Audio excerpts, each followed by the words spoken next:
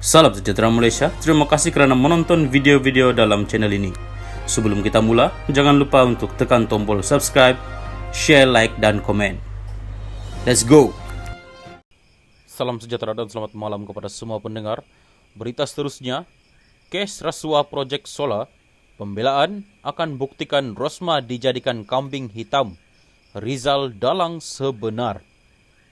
Berita penuh, pembelaan dalam kes rasuah Datin Sri Rosma Mansor akan membuktikan isteri bekas Perdana Menteri itu dijadikan kambing hitam dalam kes projek solar hybrid membabitkan 369 sekolah luar bandar di Sarawak.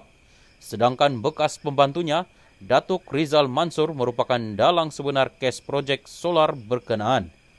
Peguam Datuk Akbreddin Abdul Kadir yang membacakan pernyataan pembukaan kes di Mahkamah Tinggi hari ini berkata, pendakwaan ke atas anak guamannya adalah satu pendakwaan terpilih. Beliau berkata, ia juga berniat jahat dan malfide kerana individu yang bertanggungjawab dan dalang dalam kes itu yang meminta dan menerima wang seperti yang dinyatakan dalam 3 pertuduhan tersebut adalah Rizal. Tindakan pihak pendakwaan menarik balik ke semua pertuduhan terhadap Rizal dan kemudian memilihnya sebagai saksi pendakwaan ke-21 jelas menunjukkan bahawa satu perjanjian telah dibuat dengan Rizal. Dan Rizal selaku saksi utama terpaksa memberi keterangan palsu di mahkamah untuk memerangkap dan mengaitkan anak guam saya dengan 3 pertuduhan itu, kata Akberdin pada hari pertama prosiding pembelaan diri Rosma bagi 3 pertuduhan rasuah membabitkan projek hybrid solar bernilai RM1.25 bilion ringgit untuk 369 sekolah luar bandar di Sarawak. Akberdin berkata, sekiranya Rizal tidak bekerjasama dengan pihak pendakwaan untuk menuduh Rosma dengan keterangan palsu, maka pendakwaan akan meneruskan dakwaan ke atas Rizal dengan pertuduhan-pertuduhan baru. Beliau berkata, Rizal pada awalnya turut didakwa bersama-sama Rosma telah mempergunakan kedudukannya dan menggunakan nama anak guamannya sehingga kebanyakan tindak tanduknya adalah di luar pengetahuan Rosma demi mencapai kehendak dan matlamat pribadi dan politik Rizal tanpa pengetahuan Rosma. Pada 18 Februari lalu, Mahkamah Tinggi memerintahkan Rosma membela diri atas 3 pertuduhan. Itu selepas mendapati bahawa pendakwaan berjaya membuktikan kes prime facie terhadapnya. Sementara itu, Akberdin berkata, Rosma juga dijadikan kambing hitam oleh pihak-pihak lain yang tidak kompeten dalam pentadbiran kerajaan khususnya Kementerian Pendidikan ketika itu yang bersekongkol dengan pihak Jepax Holdings Sendirian Berhad. Anak guam saya juga menegaskan bahawa terdapat pihak-pihak lain yang telah menjual nama beliau bagi kepentingan pribadi dan kepentingan politik masing-masing. Sebelum pendakwaan dilakukan ke atas Rosma, tidak wujud sebarang laporan daripada mana-mana pihak khususnya pengarah urusan Jepak Holdings, Sendirian Berhad, Saidi Abang Samsudin dan ahli perniagaan Ryan Radzwil Abdullah kepada pihak Suruhanjaya Pencegahan Rasuah Malaysia, SPRM bahawa tertuduh menerima atau meminta rasuah, katanya. Akberdin berkata, Rosma juga tidak pernah mengenali Saidi atau Ryan secara pribadi dan pertemuan antara mereka tidak pernah ada dalam pengetahuan atau rancangan Rosma. Sebaliknya, diatur oleh Rizal yang merupakan dalang sebenar kes ini. Rosma tidak pernah terlibat di dalam urusan meminta peratusan wang suapan berjumlah RM187.5 juta, iaitu 15% dari nilai kontrak daripada Saidi baik secara sendiri atau melalui Rizal.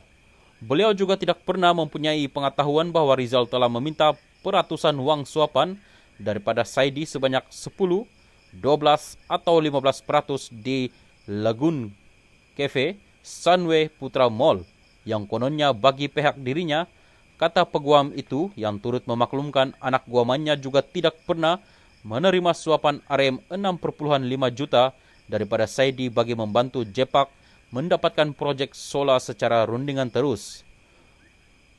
Akberdin berkata, Rosma tidak pernah mengarahkan Rizal untuk mengaturkan perjumpaan dengan Saidi dan Ryan di rumahnya di Langgak Duta pada 7 September 2017 dan perjumpaan itu di luar pengetahuan tertuduh. Perjumpaan itu berlangsung kurang daripada 5 menit dan Rosmah ketika itu sedang berpakaian sukan tercungap-cungap selepas bersenam. Ini menunjukkan perjumpaan itu berlaku secara spontan, tidak dirancang dan secara tiba-tiba katanya.